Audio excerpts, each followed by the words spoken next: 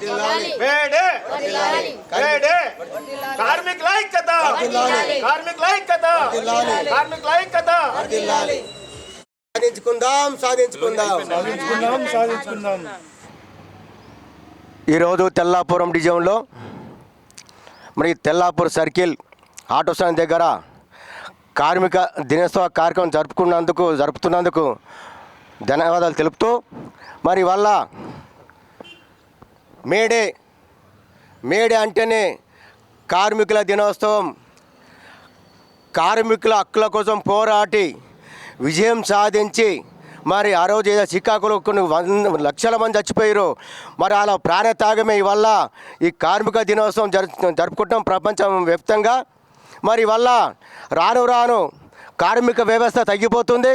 మరి కార్మికులకు కూడా సరైన వసతులు కల్పించకుండా ఇలా ఏదైతే ఈ రాష్ట్రాలు కానీ దేశాలు కానీ పరిపాలన చేస్తున్నాయో వారి సలభం కోసమే మరి జీవాలు పాస్ చేస్తూ మరి కింది స్థాయి కార్మికులు ఉన్నారో గ్రామ పంచాయతీ కానీ మున్సిపల్ కానీ హెచ్ఎండిఏ కానీ మరి ఇక ఆటో కార్మికులు కానీ ఇక్కడైతే మరి షాపులలో పనిచేసే కార్మికులు కానీ అట్లా పోతే ప్రతి కార్మికుడు లేనిది షాప్ లేదు, ప్రతి కార్మికుడు లేని అసలు పని లేదు. మరి అలాంటి కార్మికులకి ఇలా ప్రభుత్వాలు ఆలోచన చేసి వాళ్ళకి సరైన నిధులు కేటాయించాలి. ఒక్కొక్క కార్మికునికి కనీసం 50,000 జీతం అన్న కేటాయిస్తే బాగుంటుంది.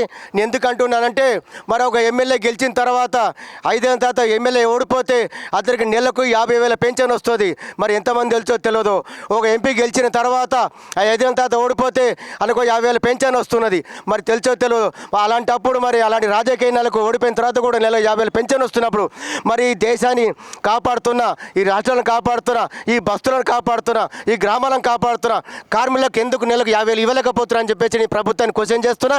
ఇప్పటికైనా ప్రభుత్వం ఆలోచన చేసి మరి ఏదైతే కార్మికుడికి లేకపోతేనే గ్రామం శుద్ధి ఉండదు. ఒక్కసారి కార్మికులు 10 రోజులు మాత్రం వాళ్ళు తిష్ట వేసి చీపిరి కట్ట కింద పడేస్తే ఊరు మొత్తం గబ్బులు వేసిపోతుంది. మనం బయటికి వెళ్ళని పరిస్థితి.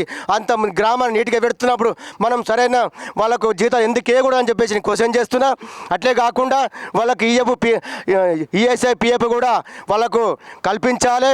మరి ఈఎస్ఐ ఏదైతే ఆరోగ్య బీమా ఉందో కనీసం వాళ్ళకు 50 లక్షలు మినిమం 50 లక్షలు కూడా కేటాయించాలని కోరుకుంటూ వీళ్ళకు ఏదైతే కార్మికులు ఉన్నారో మున్సిపల్లో కానీ హెచ్ఎండీలో కానీ గ్రామ పంచాయతీలు కానీ వాళ్ళకు కావాల్సిన ఏదైతే చట్టం ఉందో కార్మికుల చట్టం ప్రకారం వాళ్ళకు బ్లౌజులు కావాలి, బూట్లు కావాలి, టోపీలు కావాలి, సబ్బులు కావాలి, కొబ్బరి నూనె కావాలి, వాళ్ళ కార్మికులకు వారానికి బెల్లం కావాలి.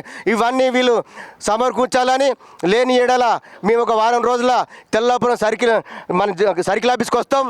కార్మికులకు ప్రతి నెల మీరు ఏమేమి కేటాయిస్తారో మాకు ఒక చూపెట్టాలని